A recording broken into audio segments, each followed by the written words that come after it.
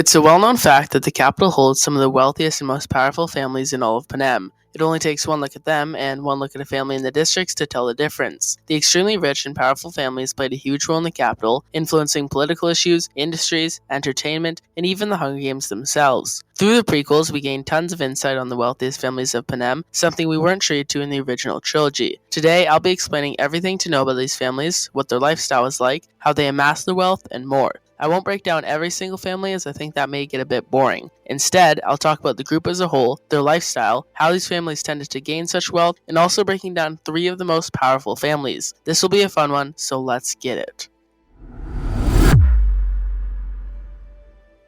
Let's first start off with what their lifestyle was like, where they lived, and where they got their education. Every citizen was considered higher class in comparison to the districts, but the elite ones we'll talk about today enjoyed many benefits. They had avoxes to tend to them, alongside maids, cooks, and servants. They also had more money to pay for luxuries others could not afford. As for where they lived, many elite families lived in luxury penthouse apartments, and the wealthiest resided in the Corso. The apartments they lived in cost way more than the average citizen could afford, and were very high in quality, as seen in the Ballad of Songbirds and Snakes. For schooling, the wealthiest children would attend the Academy, an elite secondary school. They'd be provided with free meals and uniforms, something that likely didn't happen at other capital schools. They were taught subjects such as biology, gym, communications, and more. Those who had good grades at the Academy usually attended the university after they graduated. The tuition for this was extremely expensive, but monetary prizes were handed out at the Academy for those who couldn't afford it. The campus was large, the education high quality, and the jobs you could receive after graduation were plentiful. It's safe to say, if you were born in the capital, you wanted to be born into one of these elite families.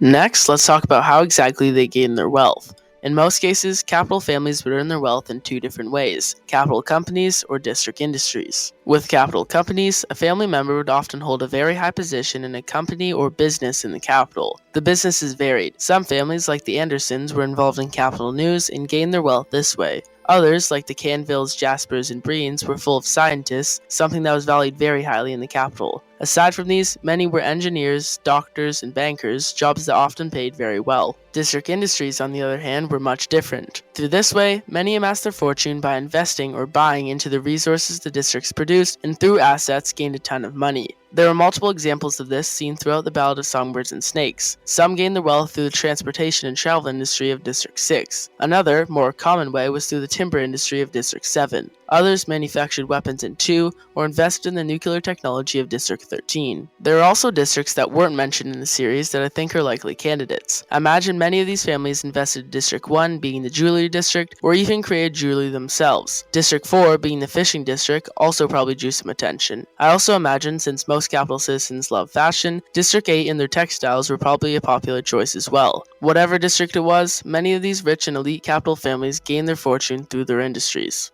Now let's break down what I think are the 3 most powerful, elite, wealthy, and influential families in the capital. First, we have arguably the most powerful family, the Snow family. The Snow family was popular within the capital for many years before, during, and after the Dark Days. Aside from their reputation, they are extremely wealthy and most of their fortune is amassed from District 13. The family owned a network of factories and research facilities in 13, but after the district's destruction, they lost their assets and were forced into poverty. Through the Ballad of Songbirds and Snakes, we of course see the rise of young Coriolanus Snow and how he inherited the wealth of the Plinths, essentially restoring the powerful name of Snow. The Snows were also known to be part of the Old Guard of the Elite, which include other elite families like the Cranes and the Creeds. We know quite a bit about the Stowe family from the Ballad of Songbirds and Snakes. We know of Coriolanus' grandfather, who served in the military, as well as the grandmam, the overly patriotic and slightly out-of-touch grandmother of Coriolanus. Crassus Snow, the father of Coriolanus, was a military general who was killed by a rebel in the Dark Days. Coriolanus' mother died in childbirth. Coriolanus Snow was the protagonist of the Ballad of Songbirds and Snakes, where he mentored Lucy Gray and eventually became the president of Panem. Tigris was Corio's cousin, who was a stylist and later a rebel. Coriolanus Snow also had children and grandchildren.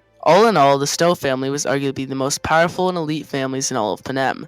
Their insane wealth, status, and dignity was unmatched. Next up, we have the Heavensby family, one of the wealthiest and most powerful families in all of Panem.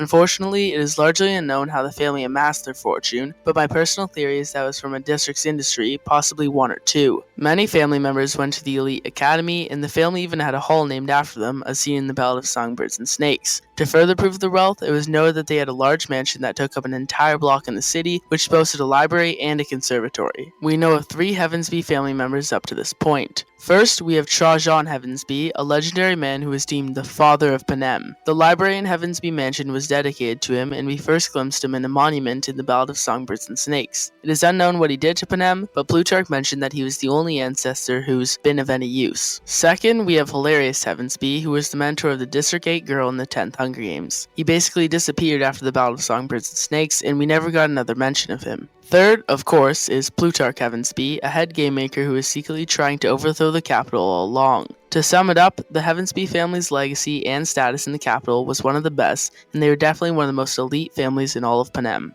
The third and final family is the all-powerful Plinth family.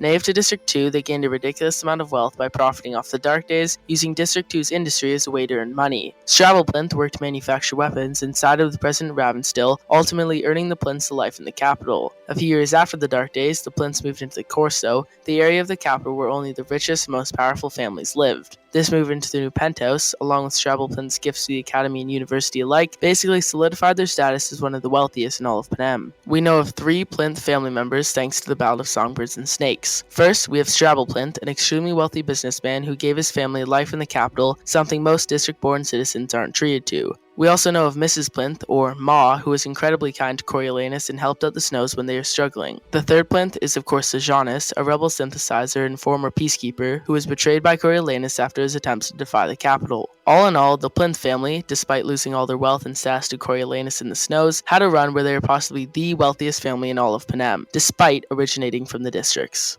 The final short thing I'll be discussing today is what is known as the Old Guard of the Elite. It was something that was mentioned in Ballad and explains why Coriolanus and the others originally disliked Sejanus and the Plinths. It seemed that old and powerful capital families of a high status and wealth would come together to raise their children in groups. The most obvious example of this being Coriolanus Snow and Arachne Crane, as it was mentioned directly in the novel. It kept both families tight and allowed the children to be raised with the right amount of knowledge of business and dignity. This, I think, is why Sejanus had a tough time in the capital. His father bought his way into the capital, and none of the Old Guard of the Elite accepted that he earned his way into the Corso.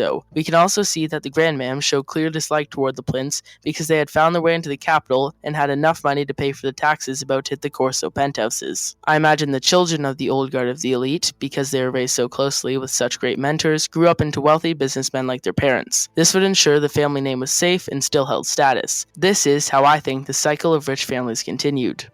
Thank you guys for watching. I hope you enjoyed this breakdown of the rich and elite capital families of Panem. What theories do you have about this specific group? How would you earn money if you were a capital citizen? Let me know in the comments and have a great day. See you in the next one. Peace.